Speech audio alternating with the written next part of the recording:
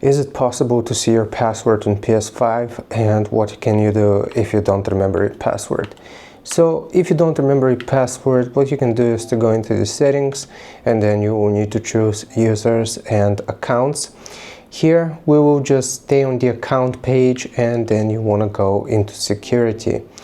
Now you should see password here as an option. It is not going to show your current password, but it is going to give you the option to change it. However, if you don't know your password, you will not be able to change it. So what you have to do instead is to request a password reset. So here, if I go back, you will see sign-in ID, so that's going to be your email address. If you open up this page, it's going to show your current email address, and you will need to request a password reset. Afterwards, you will check your email address, and then if you click the link, you can set a new password for your PS5 account.